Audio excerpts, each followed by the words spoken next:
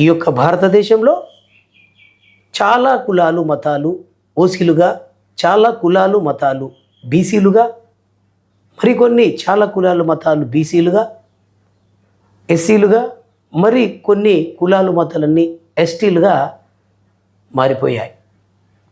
ఇంతకు ఈ OC BC SC ST అనేది రాకముందు ఈ కులాలు ఏ ప్రకారంగా ఉన్నాయి అంటే,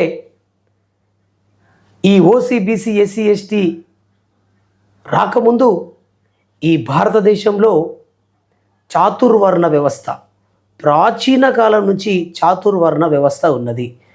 చాతుర్వర్ణ వ్యవస్థ అంటే బ్రాహ్మణ, క్షత్రియ, వైశ్య, శూద్ర అనే ఈ 4 కేటగిరీల లోపల ఈ సనాతన సాంప్రదాయం ప్రకారంగా ఈ చాతుర్వర్ణ వ్యవస్థ ఉన్నది. ఈ చాతుర్వర్ణ వ్యవస్థ భారతదేశంలో, అఖండ భారతదేశంలో బ్రాహ్మణులు, క్షత్రియులు, వైశ్యులు, శూద్రులు అనే ఈ 4 కేటగిరీలు ఉంటూ ఈ భారతదేశం కొనసాగుతున్న సమయంలో ఇతర దేశస్థులు దేశంలోకి ప్రవేశించారు. వారు ఎవరో మనందరికీ తెలుసు. ఇస్లాం, ముస్లింలు, క్రైస్తవులు, చాలా మరి మతాల వాళ్ళు భారతదేశంలోకి వచ్చి చేరిపోయారు. ఈ ప్రాచీన కాలంలో ఉన్నటువంటి ఈ చాతుర్వర్ణ వ్యవస్థ కారణంగా సమాజంలో ఏర్పడినటువంటి తీవ్రమైన అసమానతలు మరియు వెనుకబాటుతనాన్ని తొలగించి అందరికీ సమాన అవకాశాలు కల్పించడం కోసం మరి చారిత్రక, సామాజిక, ఆర్థిక వివక్ష, వెనుకబాటుతనం ఈ మొదలైన కారణాల వల్ల సమాజంలోని, భారతీయ సమాజంలోని వివిధ వర్గాలను గుర్తించి వర్గీకరణ చేశారు. అంటే కేటగిరీలు కేటాయించారు. అంటే బ్రిటిష్ కాలంలో అంటే 1981 సంవత్సరం నుంచి 1931 సంవత్సరం వరకు నిర్వహించినటువంటి జనగణనము యొక్క కుల ఆధారిత జనాభా వివరాల్ని సేకరించాయి. కానీ స్వాతంత్రం వచ్చిన నాటికి నుండి ఈ 2011 వరకు జరిగిన జనాభా లెక్కలలో కులాల వివరాలు నమోదు కాలేదు అని. కాబట్టి ఆయా సామాజిక వర్గాల వారీగా ఖచ్చితమైన జనాభా శాతాలపై స్పష్టత లేదు అని అర్థం. అంటే ఈ ఓసీ బీసీ ఎస్సీ ఎస్టీ అనేది రాకముందు ఈ భారతదేశము ఆధునిక కాలంలో బ్రాహ్మణ, క్షత్రియ, వైశ్య, శూద్ర అనే చాతుర్వర్ణాలుగా ఉన్నది. ఈ చాతుర్వర్ణాలుగా ఉన్నటువంటి భారతీయ సమాజంలోకి అనేక దేశస్థులు వచ్చి భారతదేశం నిండిపోయారు.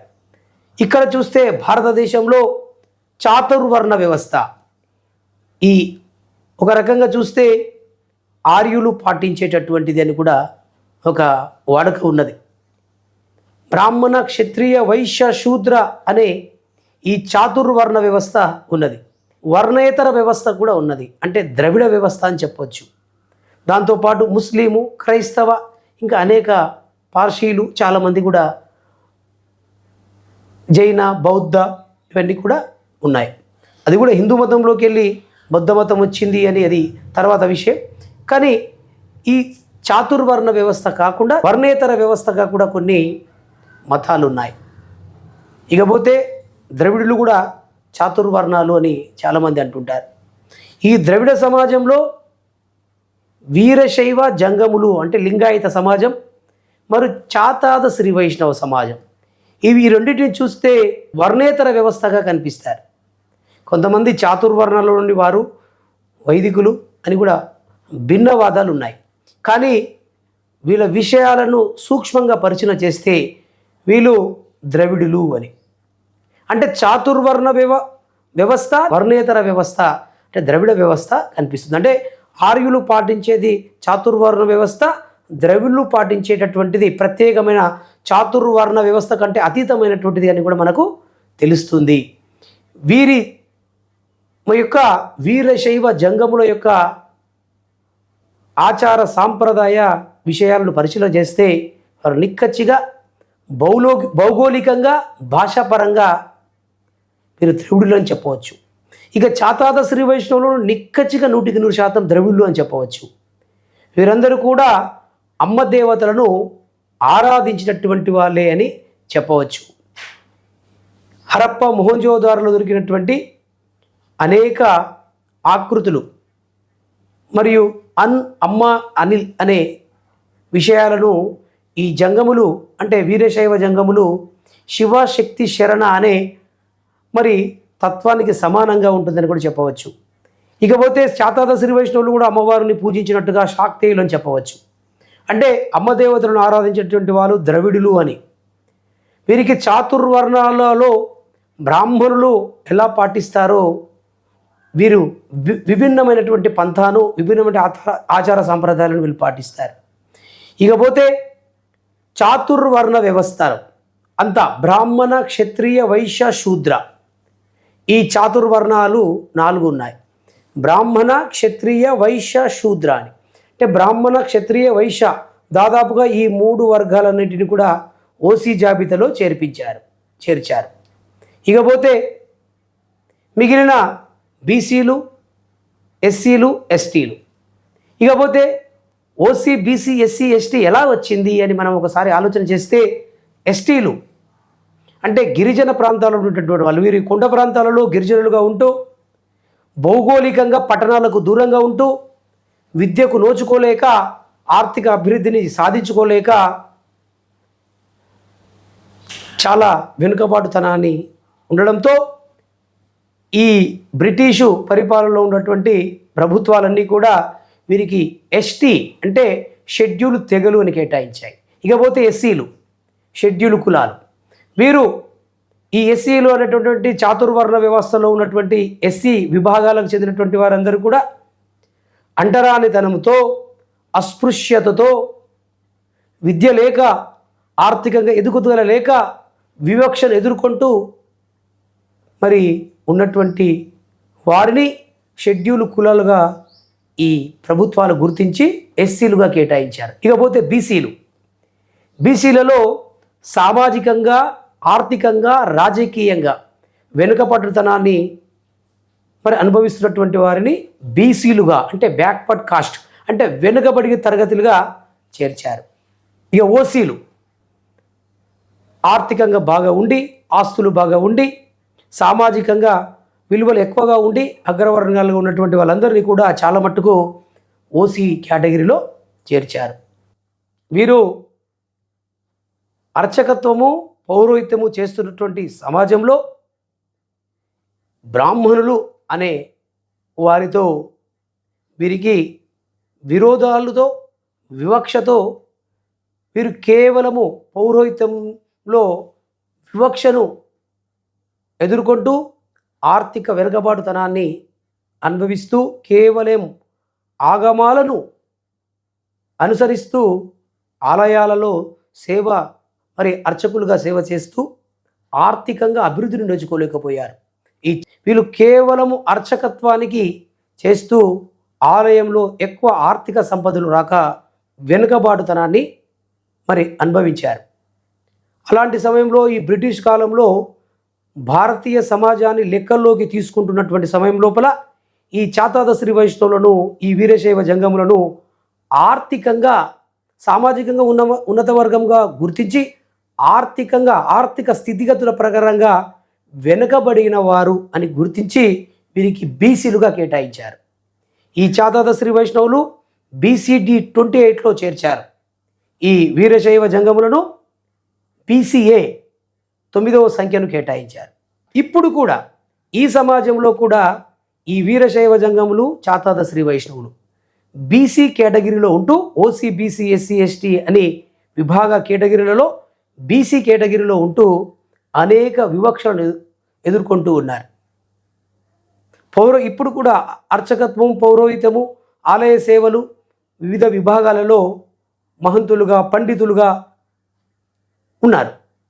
ఇప్పటికీ కూడా మరి ఆర్థిక అసమానతలను సామాజిక అసమానతలను ఎదుర్కొంటూ ఉన్నారు. బీసీ కేటగిరీలో చేరిపోయారు.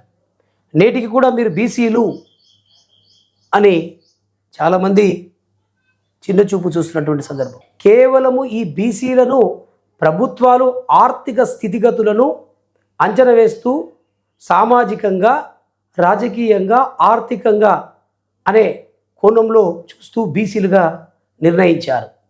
కానీ చూస్తే బ్రాహ్మణ, క్షత్రియ, వైశ్య, శూద్ర అనే ఈ చాతుర్వర్ణ వ్యవస్థలో శూద్ర వర్ణం నుంచి ఓసీ వర్గంలోకి వెళ్ళినటువంటి కులాలు కూడా చాలా ఉన్నాయి.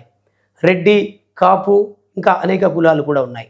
కేవలం ఓసీలో ఉన్నటువంటి వాళ్ళందరూ కూడా అగ్రవర్ణాలే, కేవలము బ్రాహ్మణ, క్షత్రియ, వైశ్య, శూద్రులే అని చెప్పడానికి అవకాశం లేదు. శూద్ర అంటే బ్రాహ్మణ, క్షత్రియ, వైశ్య, శూద్రలో శూద్రులు కూడా శూద్ర అనే వర్గానికి చెందినటువంటి వాళ్ళు కూడా బీసీలలో, ఓసీలలో ఉన్నారు. మరి ఒక కులాన్ని, ఒక వర్గాన్ని పట్టుకొని ఈ చాతుర్వర్ణ వ్యవస్థలో మొట్టమొదటిగా వర్ణ వ్యవస్థగా ఉన్నది ఈ చాతుర్వర్ణ వ్యవస్థ. తర్వాత వర్గ వ్యవస్థగా మారింది, తర్వాత కుల వ్యవస్థగా మారిపోయింది. ఇక చూస్తే కేవలము ఒక కులాన్ని, ఒక వర్గాన్ని పట్టుకొని మీరు బీసీలు అని చెప్పడానికి అవకాశం లేదు. బీసీలుగా కేవలం బీసీలుగా ముద్ర వేయడానికి కానీ, కేవలం ఓసీలుగా ముద్ర వేయడం కానీ, కేవలం ఎస్సీలుగా ముద్ర వేయడం కానీ, కేవలం ఎస్టీలుగా ముద్ర వేయడం కానీ లేదు. అది ఎందుకు అంటే ఒక కులాన్ని ఒక రాష్ట్రంలో బీసీలుగా గుర్తిస్తే ఒక రాష్ట్రము, మరో రాష్ట్రము వాళ్ళని ఓసీలుగా గుర్తించింది. ఉదాహరణకు రెడ్లు అనేటటువంటి వాళ్ళు కర్ణాటకలో బీసీలుగా ఉన్నారు. రెడ్లు అనేటటువంటి వాళ్ళు తెలంగాణకు, తెలుగు రాష్ట్రాలకు వస్తే ఓసీలుగా ఉన్నారు. బోయలు తెలంగాణలో చూస్తే బీసీలుగా ఉన్నారు, అదే ఆంధ్రలో చూస్తే ఎస్సీలుగా ఉన్నారు.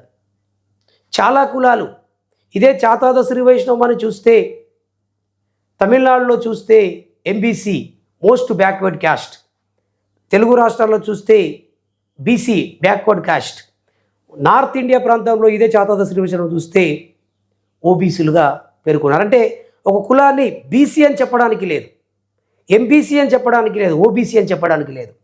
ఇదే కాపులు కర్ణాటకలో బీసీలుగా ఉంటే తెలుగు రాష్ట్రాల్లో వస్తే ఓసీలుగా ఉన్నారు. ఇలా అనేక మార్పులు చెందారు. అనేక ఒక రాష్ట్రంలో ఒక గుర్తింపును పొందితే కేంద్రంలో మరొకరు గుర్తింపు ఉన్నది. ఒక రాష్ట్రంలో ఒక కులం ఒక గుర్తింపు పొందితే ఒక్కో రాష్ట్రంలో ఇంకో గుర్తింపు పొంది, అంటే ఒక కేటగిరీకి సంబంధించినటువంటి వాళ్ళుగా ఎలా గుర్తిస్తారు అని చెప్పడానికి అవకాశం లేదు. రాష్ట్రము బీసీ అని ముద్రేస్తే కేంద్రం ఓబీసీ అని ముద్ర వేస్తూ ఉంది. అంటే ఓసీ, బీసీ, ఎస్సీ, ఎస్టీ అనే విషయాలలో స్పష్టమైనటువంటి వివరణలు లేవు అని.